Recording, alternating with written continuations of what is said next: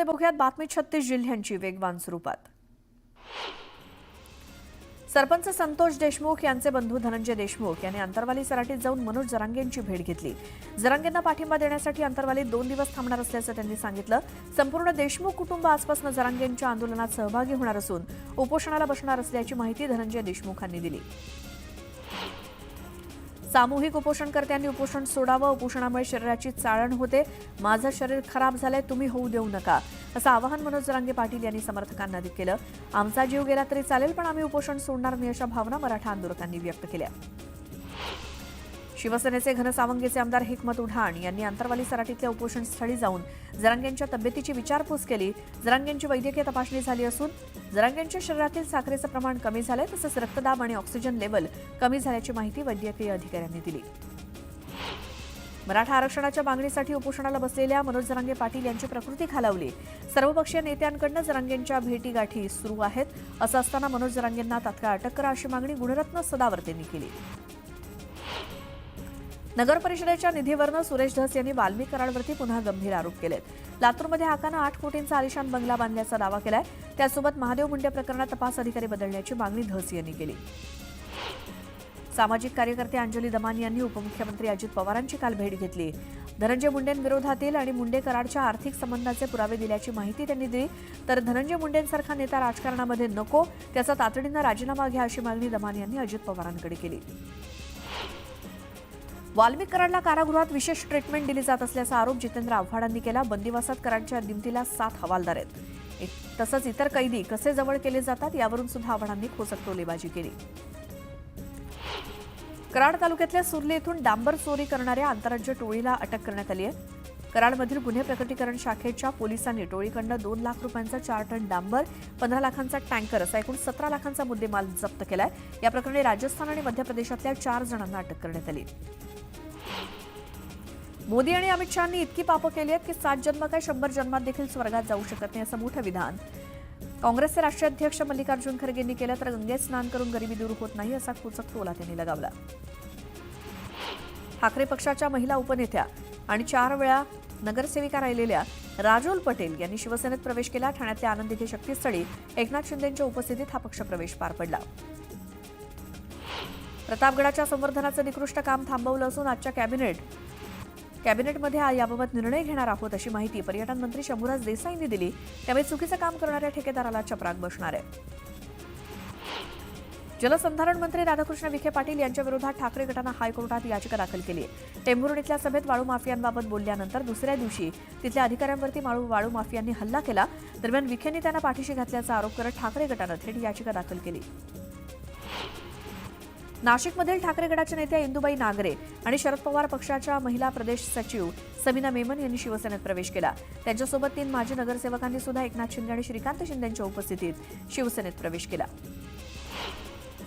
मालवणमधल्या राजकोट किल्ल्यावरती छत्रपती शिवाजी महाराजांचा 8 फुटांचा तलवारधारी पूर्णाकृती पुतळा उभारण्याचं काम सुरू झालंय। सध्या पुतळ्याच्या उभारणीसाठी अत्यंत मजबूत पाया उभारण्याचं काम वेगानं सुरू आहे। एप्रिल महिन्यापर्यंत पुतळा उभारण्याचं काम पूर्ण होण्याचा मानस आहे।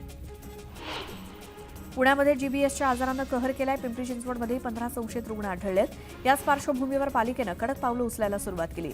टँकर, विहिरी, बोरवेलद्वारे पुरवठा होणाऱ्या पाण्याची तपासणी केली जाणार आहे। दूषित पाण्यामुळे जीबीएस हा आजार होत असल्याचं समोर आलंय। त्यामुळे आता पुणे पालिकेतर्फे धायरी आणि किरकटवाडीमधील सोसायट्यांना पिण्याच्या पाण्याचे टँकर पुरवले जाणार आहेत। पुण्यामध्ये जीबीएस रुग्णांच्या संख्येत दिवसेंदिवस वाढ होते, त्यामुळे गंभीर आरोग्य समस्या निर्माण झाली आहे। याची दखल केंद्र सरकारनं घेतली आहे। महाराष्ट्रातील आरोग्याची ही समस्या हाताळण्यासाठी केंद्र सरकारनं उच्चस्तरीय समिती नियुक्त केली आहे। राज्यामध्ये गुइनेल बारे सिंड्रोममुळे एका संशयित रुग्णाचा मृत्यू झाला असून रुग्णांची संख्या 101 वर पोहोचली आहे। या पार्श्वभूमीवर केंद्र सरकारनं सोमवारी 7 जणांच्या तज्ज्ञांचं पथक राज्यात तैनात केलं। हे पथक वाढत्या रुग्णसंख्येचे निरीक्षण आणि व्यवस्थापन करण्यासाठी राज्य सरकारला मदत करणार आहे। मागील 24 तासात राज्यासोबतच देशातील तापमानात बऱ्याच अंशी चढ उतार बघायला मिळते। हवामान विभागाच्या माहितीनुसार पुढील 24 तासात राज्यात किमान तापमानात 2 ते 3 अंशांची वाढ अपेक्षित असून उष्णतेचा दाह अधिक भासणार आहे। सैफ अली खान याच्यावर लीलावती रुग्णालयात उपचारासाठी झालेला 25 लाख रुपयांचा खर्च विमा कंपनीनं तत्काळ मंजूर केला. मात्र सामान्यांना विम्याचा दावा मंजूर करून घेताना चक्रा माराव्या लागतात. केवळ वलयांकित व्यक्ती आणि 5000 रुग्णालय असल्यामुळे सैफला विशेष वागणूक मिळाली याची चौकशी करण्याची मागणी तज्ज्ञ डॉक्टरांच्या संघटनेनं विमा नियामक प्राधिकरणाकडे केली आहे.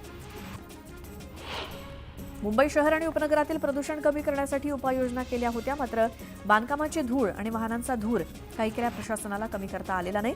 परिणामी गेल्या 2 महिन्यांपासून मुंबईसोबतच उपनगरात 500 मीटरवरील दृश्यमानता कमीच असून गगनचुंबी इमारती प्रदूषणात हरवल्या असल्याचं दिसतंय. एक मोठी बातमी आहे. मनोज जरांगे यांच्या आमरण उपोषणाचा 4था दिवस आहे. जरांगे यांच्यासोबतच सामूहिक आमरण उपोषणात 110 मराठा आंदोलक देखील सहभागी झालेत.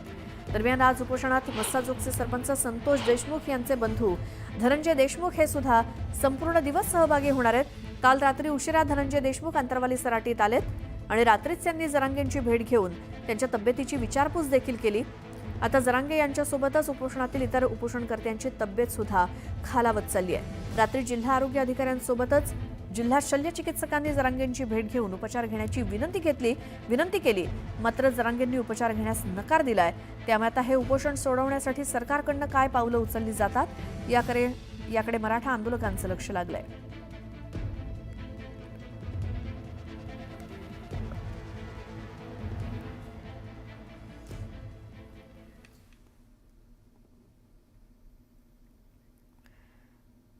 आता पुन्हा बघूयात बातमी 36 जिल्ह्यांची. धर्मवीर स्वराज्य रक्षक छत्रपती संभाजी महाराज मुंबई किनारी मार्गावरनं उत्तरेकडे जाताना वरळी ते वांद्रे सागरी सेतूला जोडणाऱ्या पुलाचं रविवारी लोकार्पण झाल्यानंतर सोमवारपासून सर्व मार्गिकांवरून वाहतूक सुरू झाली आहे. पहिल्याच दिवशी तब्बल 36,000 वाहनांनी प्रवास केला. या मार्गावरून मरीन ड्राईव्ह ते वांद्रे अंतर अवघ्या 15 मिनिटात पार पडतंय. चेंबूर ते संत गाडगे महाराज चौक या मोनोरेल मार्गावरती ऑगस्ट 2025 पासून आणखी 10 नव्या गाड्या प्रवाशांच्या सेवेत दाखल होणार आहेत.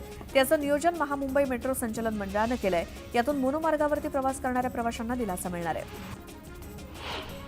पुणे मेट्रोनं प्रवास करणाऱ्या पुणेकरांसाठी आता आनंदाची बातमी आहे. पुणे मेट्रोची सेवा रात्री 11 वाजेपर्यंत सुरू राहणार आहे. मेट्रोच्या या निर्णयामुळे प्रवाशांना रात्री उशिरापर्यंत प्रवास करणं सोयीचं होणार आहे. छत्रपती शिवाजी महाराज आंतरराष्ट्रीय विमानतळ नवी मुंबई विमानतळाशी मेट्रोनं जोडणारा प्रकल्प आता खासगी विकासकाच्या सहभागानं राबवण्याचा निर्णय राज्य सरकारनं घेतलाय. त्याचप्रमाणे याचा सविस्तर प्रकल्प अहवाल तयार करण्याची जबाबदारी MMRDAकडनं काढून सिडकोकडे देण्यात आली आहे. पुण्यातील महात्मा फुलेवाडा आणि क्रांती ज्योती सावित्रीबाई फुले सरकारच्या विस्तारीकरणासाठी भूसंपादन आणि रहिवाशांचं अन्यत्र पुनर्वसन करण्याची उपमुख्यमंत्री एकनाथ शिंदेंनी मान्यता दिली आहे. या कामासाठी 200 कोटींचा निधी मंजूर करण्यात आलाय. नवीन वर्षाच्या पहिल्या महिन्यात सुद्धा मुंबईत घर खरेदी आणि विक्रीचा जोर कायम आहे. 2025च्या जानेवारीत आतापर्यंत एकूण 9,212 मालमत्तांची विक्री झाली असून याद्वारे राज्य सरकारला 740 कोटी रुपयांचा महसूल प्राप्त झाला. पहाडी गोरेगावमधील 35 मजली इमारतींचं बांधकाम पूर्ण झालंय. सध्या अंतर्गत कामं सुरू असून फेब्रुवारी अखेरपर्यंत ती पूर्ण करत मार्च अखेरीस इमारतीला निवासी दाखला मिळवण्याचं मुंबई मंडळाचं नियोजन आहे. नवीन वर्षात फ्लॅट आणि जमीन खरेदी करायची असेल तर लवकर करा, कारण राज्यात लवकरच खरेदी विक्रीचे भाव वाढणार आहेत. राज्य सरकारनं 1 एप्रिलपासून रेडी रेकनरच्या दरात 10% वाढ केली आहे. शेतकऱ्यांना ओळखपत्र देण्यासाठी सुरू करण्यात आलेल्या ॲग्रीस्ट्रॅक योजनेला अखेर मुहूर्त मिळालाय. कृषी सहाय्यकाविना तलाठ्यांनीच या योजनेची अंमलबजावणी सुरू केली. राज्यात आतापर्यंत 6,88,000हून अधिक शेतकऱ्यांनी नोंदणी केली असून त्यातील 6 लाख शेतकऱ्यांना स्वतःची ओळख मिळाली आहे. यंदाच्या हंगामात शेतकऱ्यांच्या सोयाबीनला हमीभावापेक्षा कमी भाव मिळाला.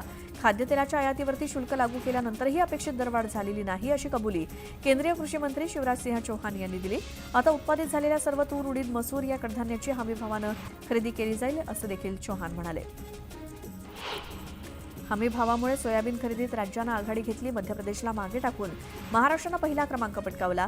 राज्यातून सर्वाधिक 7,81,000 टन सोयाबीनची खरेदी झाली. तर गरज पडल्यास खरेदीची मुदत वाढवली जाईल, अशी माहिती देण्यात आली.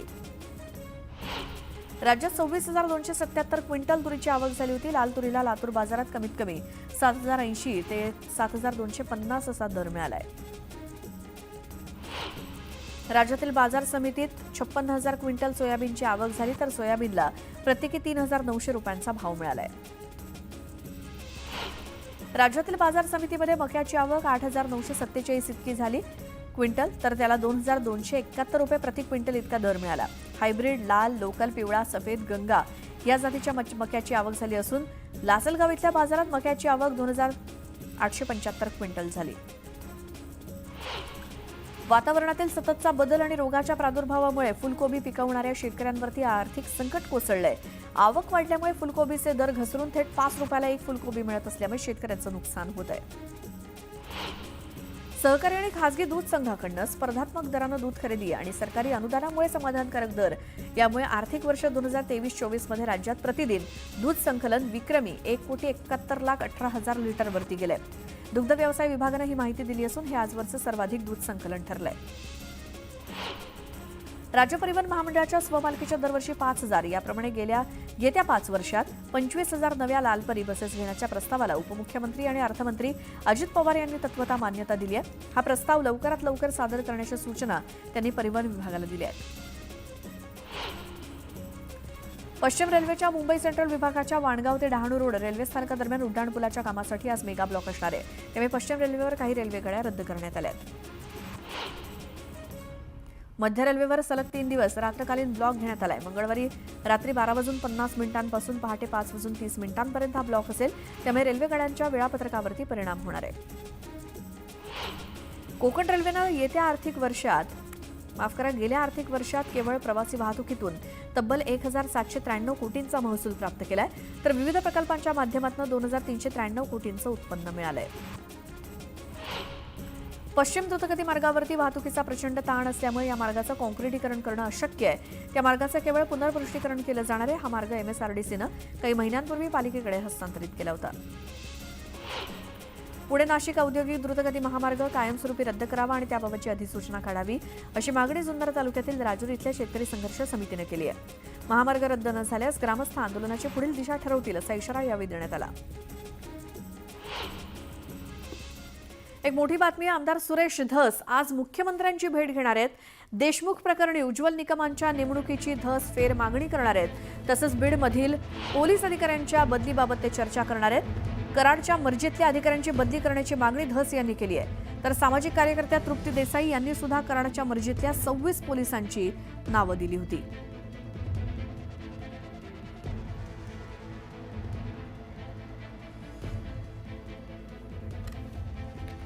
पुन्हा बघूयात बातमी 36 जिल्ह्यांची.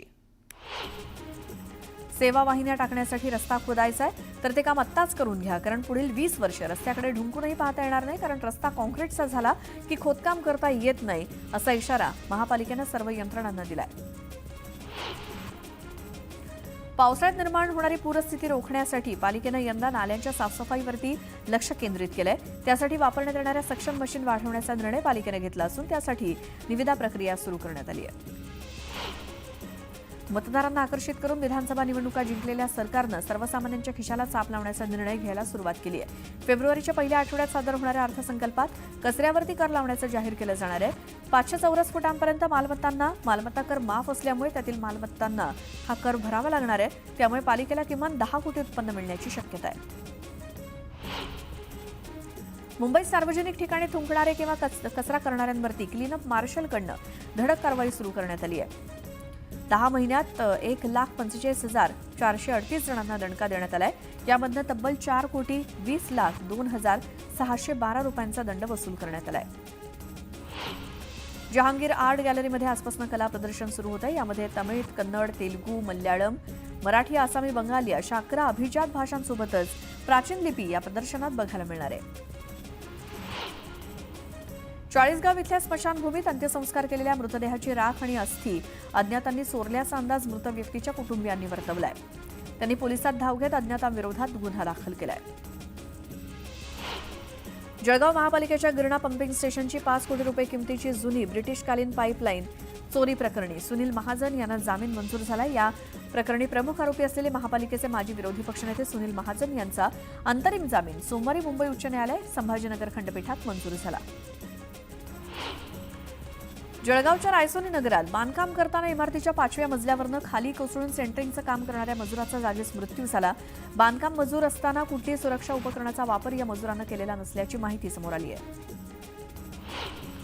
येत्या 17 फेब्रुवारीपासून सुरू होणाऱ्या सीबीएसई 10वी आणि 12वीच्या परीक्षांच्या पार्श्वभूमीवर विद्यार्थी आणि पालकांसाठी मार्गदर्शक तत्त्व जारी करण्यात आली आहेत. विद्यार्थ्यांनी ती पाळली नाहीत तर ते 2 वर्ष परीक्षेला बसू शकणार नाहीत.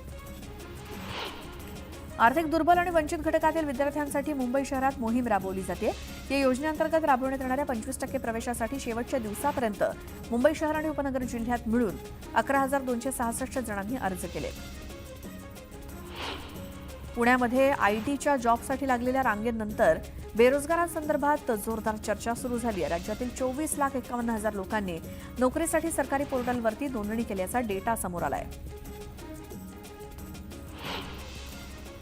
एक महत्त्वाची बातमी बघूयात. आज राज्य मंत्रिमंडळाची बैठक होणार आहे. मंत्रालयात दुपारी या बैठकीचं नियोजन करण्यात आलं असून या बैठकीत अनेक मुद्द्यांवरती चर्चा होऊ शकते. आजच्या बैठकीमध्ये मुख्यमंत्री देवेंद्र फडणवीस हे मंत्र्यांच्या 100 दिवसांच्या कामाचा आढावा घेणार आहेत. तसंच नगरपालिका निवडणुकीसंदर्भात सुद्धा या बैठकीत चर्चा केली जाण्याची शक्यता आहे.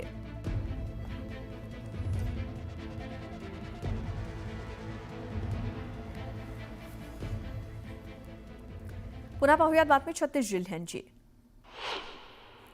राज्य सरकारी सेवेत सध्या 3.25 लाख सरकारी पदं रिक्त आहेत.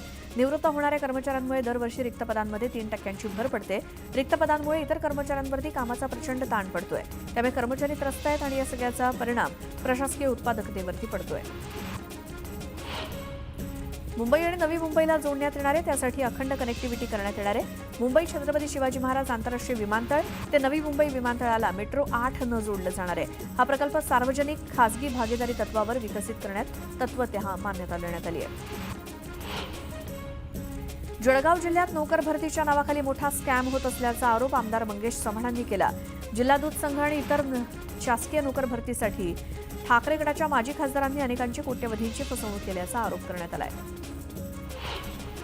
ओबीसी नेते नवनाथ वाघमारे यांच्यावर वाळूंज पोलीस ठाण्यामध्ये गुन्हा दाखल झालाय. जरांगे पाटलांना नवनाथ वाघमारेंनी माकड असा उल्लेख केल्यानं त्यांच्यावरती गुन्हा दाखल झालाय. जळगाव जिल्ह्यातील बोदवड तालुक्यात मानमोडी इथल्या पाणीपुरवठा योजनेमध्ये भ्रष्टाचाराची तक्रार आली आहे. या योजनेची चौकशी करावी यासाठी उपोषण सुरू करण्यात आलंय. अमेरिकेत अलीकडेच 15 स्मार्ट वॉच बँडचा अभ्यास करण्यात आला. परफ्लुओरक्लिल आणि पॉलिफ्लुओरक्लिल सबस्टन्सेस या हानिकारक रसायनांचा या घड्याळाच्या निर्मितीमध्ये वापर करण्यात आल्याचं अभ्यासातून उघड झालंय. तर काही बँडच्या स्मार्ट वॉचेस तुम्हाला जीवघेण्या कर्करोगाचे गिफ्ट देऊ शकतात अशी माहिती तपासातून समोर आली आहे. एका महिन्यात 300 युनिटपर्यंत वीज वापरणाऱ्या घरगुती ग्राहकांना मोफत वीज मिळावी आणि अतिरिक्त वीज विकून उत्पन्न मिळावं यासाठी सुरू करण्यात आलेल्या प्रधानमंत्री सूर्यघर मोफत वीज योजनेच्या अंमलबजावणीत महावितरणनं बुधवारी 1 लाख घरांचा टप्पा ओलांडलाय. छत्रपती संभाजीनगरातील चिखलठाणा एमआयडीसी परिसरात असलेल्या कोहिनूर इंडस्ट्रीजमधील कूलर बनवणाऱ्या कंपनीत बनावट दारूचा कारखाना सुरू होता. या ठिकाणी राज्य उत्पादन शुल्क विभागानं छापा टाकत 1,90,000चा मुद्देमाल जप्त केला. महाराष्ट्र प्रदूषण नियंत्रण मंडळानं प्लास्टिक बंदीबाबत संपूर्ण राज्यात ठिकठिकाणी तपासणी आणि धडक कारवाई केली. या कारवाईत 14.50 टन एकल प्लास्टिक जप्त केलंय. महाराष्ट्र राज्य रस्ते विकास महामंडळाचे उपाध्यक्ष आणि व्यवस्थापकीय संचालक अनिल कुमार गायकवाडांना अमेरिकेच्या 60व्या राष्ट्रपती शपथविधी सोहळ्यासाठी विशेष निमंत्रण देण्यात आलं होतं. ऐतिहासिक सोहळ्यात त्यांनी महाराष्ट्राच्या पायाभूत प्रकल्पातील गुंतवणुकीच्या संधींवरती प्रकाश टाकला आणि राज्याच्या प्रगत धोरणांची माहिती दिली. विज्ञान तंत्रज्ञानाच्या आणि मोबाईलच्या युगात महाराष्ट्राच्या अनेक लोककला आणि लोकसंस्कृती लुप्त होताना दिसत आहेत. याच लुप्त होणाऱ्या लोककला पुन्हा एकदा आपल्याला अनुभवता याव्यात यासाठी नागपुरात कलांचा महोत्सव भरवण्यात आलाय. जात्यावरच्या ओव्या, बहुरूपी कलाकार, नकलाकार, वासुदेव, पोतराज, फुगडी, दंडार, करपल्लवी, गोंधळ, कळसूत्री, बाहुल्या यासोबतच अनेक लुप्त होणाऱ्या लोककला सादर केल्या जात आहेत. संरक्षण मंत्रालयानं नियमांचं पालन न केल्याचं कारण देत 6 पाणबुड्या बांधण्यासाठी LNTची निविदा रद्द करण्यात आली आहे. यानंतर आता कंपनीला मोठा फटका बसला असून त्यांचं तब्बल 70,000 कोटी रुपयांचं नुकसान झालंय. महाकुंभमेळ्यात शाही स्नानासोबतच 45 दिवसात संगमात स्नान करण्यासाठी मोठ्या प्रमाणात भाविक येत असतात. प्रयागराज इथे पोहोचण्यासाठी रस्ते, रेल्वे, विमानमार्ग सारे ओसंडून वाहत आहेत. विमानाचे दर 50,000च्या घरात पोहोचलेत आणि त्यात आणखी वाढ होण्याची शक्यता आहे. जगभरात गाजलेला कोल्डप्लेचे हिंदी आणि मराठी बोलून मन जिंकणारे ख्रिस मार्टिन यांना आता भारतीयांचं पुन्हा एकदा मन जिंकलंय. ख्रिस मार्टिन प्रयागराज येथील कुंभमेळ्यात पोहोचला आणि तिथे त्रिवेणी संगमात स्नान देखील करणार आहे.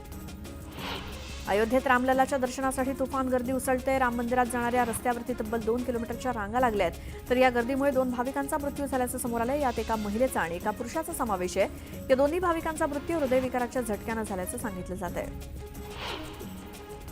पंतप्रधान नरेंद्र मोदींनी अमेरिकेचे नवनिर्वाचित राष्ट्राध्यक्ष डोनाल्ड ट्रम्प यांच्याशी फोनवरून चर्चा केली. डोनाल्ड ट्रम्प दुसऱ्यांदा अमेरिकेचे अध्यक्ष बनल्यानंतर दोन्ही नेत्यांमधली ही पहिलीच चर्चा आहे. सोन्याच्या किमतीत किरकोळ घसरण झाली. सोमवारी सोन्याचा भाव प्रति तोळा 82,580 रुपये इतका झालाय. सोन्याच्या किमतीत अचानक झालेली वाढ अमेरिकेचे नवे राष्ट्राध्यक्ष डोनाल्ड ट्रम्प यांच्याशी संबंधित असल्याचं मत तज्ज्ञांनी व्यक्त केलंय. समान नागरी संहितेची अंमलबजावणी करणारे उत्तराखंड हे देशातलं पहिलं राज्य ठरलंय. मुख्यमंत्री पुष्कर सिंह धामी यांनी यूसीसीची अधिसूचना आणि त्याबाबतची नियमावली प्रस्तुत केली. त्यांनी विवाह, घटस्फोट आणि लिव्ह इनच्या अनिवार्य नोंदणीसाठी पोर्टलचंही अनावरण केलं. मध्य प्रदेशातील ग्वाल्हेरमध्ये एका लग्न समारंभात सासरे आणि जावई यांच्यात भांडण झालं. दोन्ही बाजूंनी दगडफेक झाली असून घरांचं आणि वाहनांचं नुकसान झालंय. उत्तर प्रदेशातल्या सुलतानपूर इथल्या सरकारी शाळेतनं एक लाजिरवाणी घटना समोर आली आहे. दुचाकीवरनं मुख्याध्यापक आणि शिक्षक एकमेकांना भिडले. त्यामुळे शिक्षणाधिकाऱ्यांनी संपूर्ण कर्मचाऱ्यांचे पगार थांबवले. बिहारची राजधानी पाटणा इथे जमिनीच्या वादातनं गोळीबार झाला. दारूच्या नशेत एका व्यक्तीवरती गोळीबार केल्याचं समोर आलंय. गोळीबाराचा व्हिडिओ समोर आलाय. पोलिसांनी आरोपीची ओळख पटवून त्याला अटक केली आहे. झारखंडमधील सरायकेला इथे 3 मजली जीर्ण इमारत जमीनदोस्त झाली. कंपनीनं बिल्डिंग रिकामी करण्याबाबत आधीच घोषणा केली होती. त्यामुळे सर्व 16 फ्लॅट्स आधीच रिकामे झाले होते. जयपूर